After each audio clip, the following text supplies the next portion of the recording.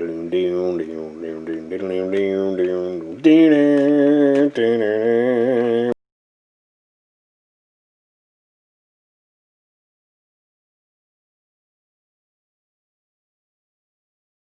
there, all you beautiful people out there.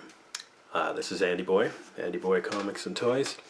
So, of course, you already know that I love old movies, especially movies on VHS, because, in my opinion, it's my favorite format. Just because you can find stuff so obscure on VHS that you will never find on DVD.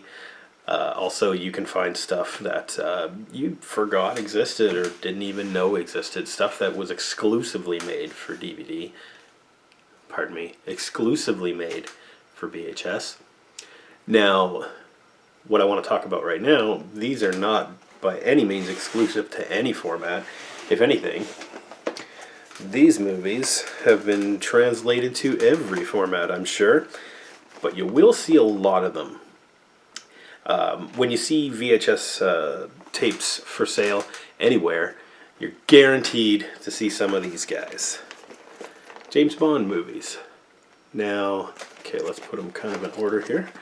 What I have here in this stack, these are the first 5 James Bond movies, made in the 60s, all of them. Now, it starts with Dr. No, From Russia with Love, Goldfinger, Thunderball, and You Only Live Twice. These are good movies. Very good movies. I was never really a big James Bond fan in the past, but I've come to appreciate them a little bit more.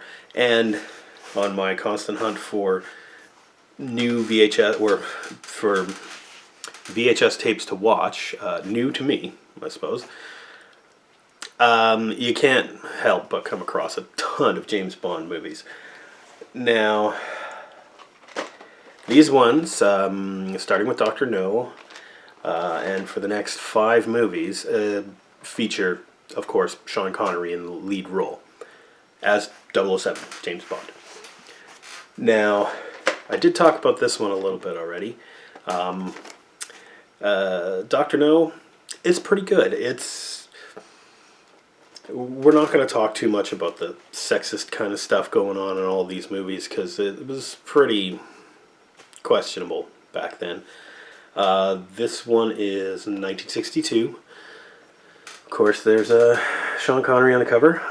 This guy over here is Dr. No, of course. And down at the bottom here, you've got Ursula Andress, right there, the very first Bond girl. Yeah, it's pretty basic. It introduces the concept of the supervillain with Dr. No, a mysterious villain who has plans of world domination, that sort of thing. It's good. The action in it isn't spectacular, but it's not bad. It's, it's probably, these are the top action movies of the 60s, I would say, that really kind of shaped the genre going forward. So anyway, we got Dr. No. Next up comes From Russia with Love. Yeah, we got Sean Connery on there. This one is more of a sort of southeastern European, sort of Baltic adventure, I guess. It starts in Istanbul, in Turkey, and basically it's kind of a road trip sort of thing, with James Bond and the female lead. They travel from Istanbul to Venice, I believe. It's pretty good. It's also pretty tame. In terms of, there's not a lot of, there's a little bit of the spy gadget kind of thing in this one, and I think this is the first movie to feature Q, the tech guy, the white-haired guy that comes in and shows 007 all his new gadgets that he's going to use and that sort of thing. I believe his first appearance is in this movie. Now,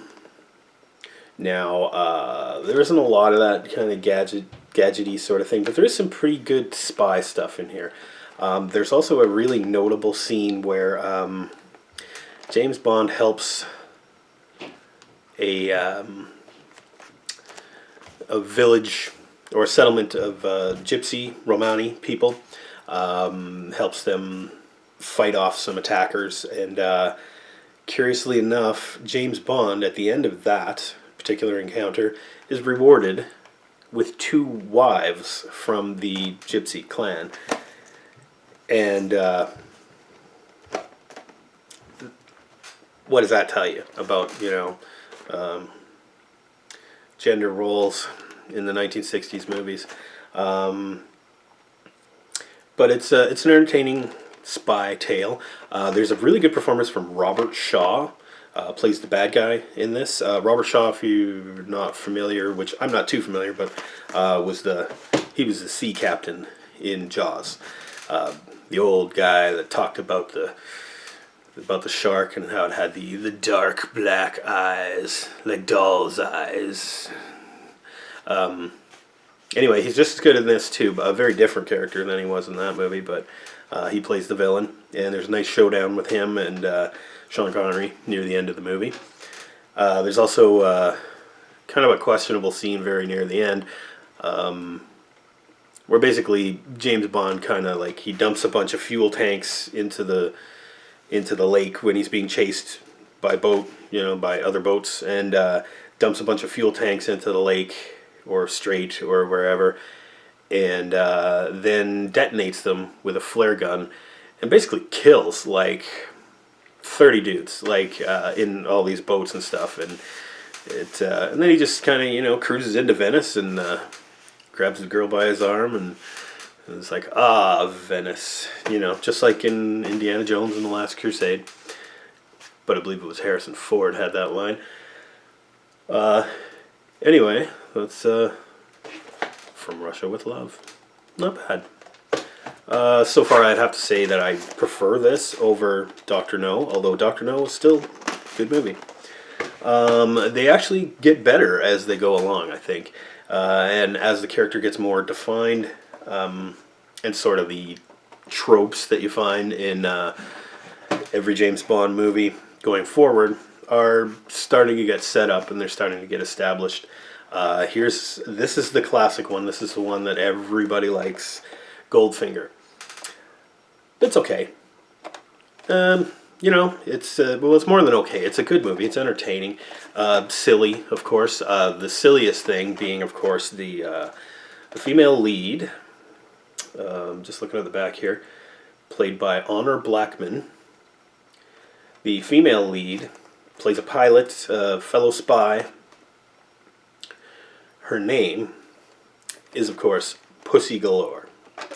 Now, if you can get past that, if you can get past the blatant sexism in this movie, you're going to enjoy this movie. There's a lot of fighting. There's a lot of what I think is more realistic fight scenes than you would have seen in even stuff like, certainly more realistic than the Star Trek TV show, which was probably on the air at the same time as this. I mean, this is 1964, so that would pretty much coincide with Star Trek, I think. Goldfinger, yeah, it's good. There's the dude throws his hat, odd job. Then there's Auric Goldfinger, of course, the villain. Plays a really good villain. This type of spy movie, though, this was made in the days when, like, 007 was, like, polite to everybody. I haven't seen any of the recent ones. I'm getting around to that. I'm building up the full collection, and I want to watch them all. But, yeah, it's just like there's a lot of witty banter and that sort of thing, and the double cross sort of scenario where nobody's sure who they should trust and that sort of thing. Can be slow moving at times. All of these, that's a comment on all of these first 5 James Bond movies.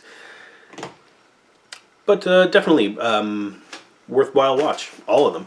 The next one, Thunderball. This one takes place in the Bahamas, and there is, of course, a villain who has a secret lair, or maybe not so secret lair in this one. He's got the classic shark tank, a tank full of sharks that he feeds his victims into. Now, if you remember Austin Powers movies, you do remember, played by Robert Wagner, was a character called Number 2. Number 2. Anyway, guy with an eye patch, older distinguished gentleman. But this guy, nicknamed Thunderball, I guess, is number 2. And yeah, he's got the secret base. It's something about recovered. The Spectre organization engineers a plane crash of a jet fighter or a military plane carrying nuclear warheads, 2 of them, and they organize a plot to crash the plane, have it land in the water off the coast of the Bahamas, and for scuba divers and that sort of thing to recover the nuclear bombs, which they are going to, of course, extort the world with, or they will cause chaos and potentially start World War III unless they get their demands met. And of course, James Bond is sent to stop that. Underwater action in this one.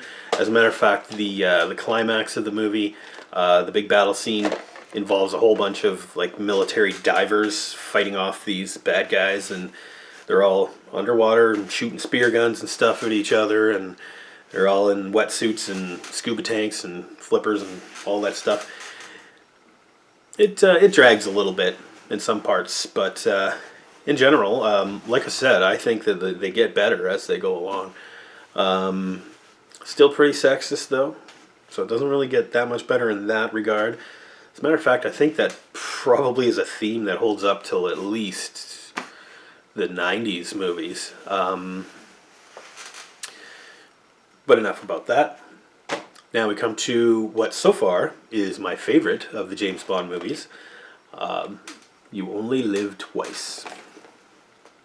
Now I say so far because my intention is to acquire all of the James Bond movies on VHS. I do realize that, of course, I won't be able to get the Daniel Craig James Bond movies on VHS. I haven't seen any of those, but I got to see all the other ones first.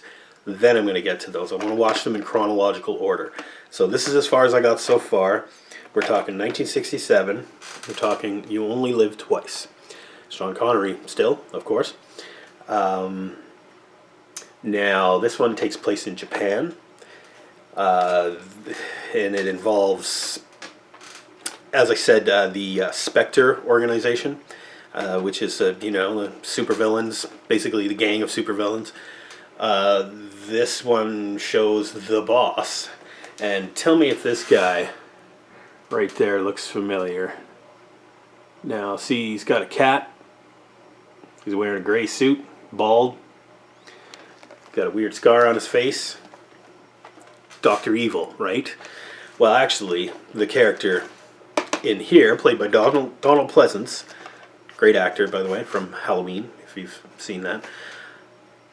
Anyway, Donald Pleasance plays Ernst Blofeld, who's the head of the Spectre organization. And this is the first full appearance of that character. Although in some previous movies you see him sitting, you just kind of see it. It's kind of like the Dr. Claw thing, where you just see his hand and the cat, and he's stroking the cat, sort of thing, while he's giving out orders and execution orders and things to his inferiors. Anyway, it takes place in Japan. There's frickin' ninjas in here. I mean, this is the first time that a lot of people in North America probably would have even heard of ninjas. But yeah, ninjas. Who'd have thought, right? Anyway, there's some really ridiculous parts in here. The most ridiculous is where they actually try to transform Sean Connery into looking like a Japanese man. A Japanese peasant man. Doesn't look a thing like any Japanese person I have ever seen in my life. Cultural appropriation, perhaps? I don't know. There wasn't even such a term back then. But anyway, I guess his plan worked because he made his way to the secret base of Ernst Blofeld by the end of the movie. This one features the iconic secret supervillain lair inside a volcano. Now, I believe that's also a Dr. Evil trademark. Is there anything they didn't rip off from James Bond? No, of course not. That's what it's supposed to be, right? It's supposed to be making fun of James Bond. And there is a lot to make fun of in these movies. One really cool scene in this one, though, something I thought was actually pretty neat, was he's got this little, I think they describe it on the back here, with dazzling high-tech gadgetry that includes Bond's lethal mini-copter, which I believe is called Nellie, equipped with flamethrowers and air-to-air missiles.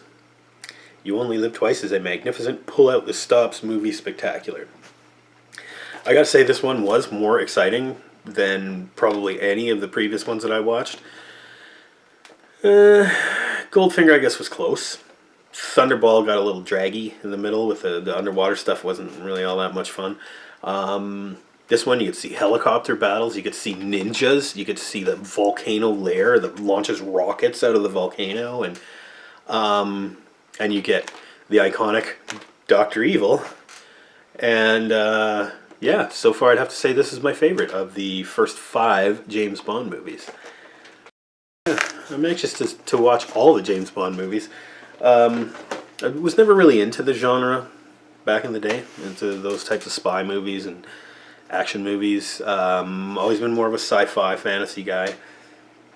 But I thought, hey, what the heck? You see these movies everywhere. Everybody else in the world has seen these movies. And the cat just bumped the camera there. Everybody in the world has seen these movies. There must be something to them. The people must enjoy them for a reason, and I enjoyed them for what they are. I mean, I realize that they're not going to be the greatest movies ever made, but since so many people like them, I thought I'd give them a chance. Seeing as I got each one of these videotapes that I just showed you here for about roughly 25 cents a piece, and they all work. All the tapes work perfectly. Yeah, it's not a real big investment, but I mean, after all, if you're going to get into any movies, you might as well see some of the classics, or I figure I might as well see what some people consider classics. And you only live twice. So anyway, from my house with love. Have a good one out there. Stay safe, everybody. And I know it's not appropriate for a James Bond video, but I'm going to say, may the Force be with you. Oh yeah, don't forget to like and subscribe.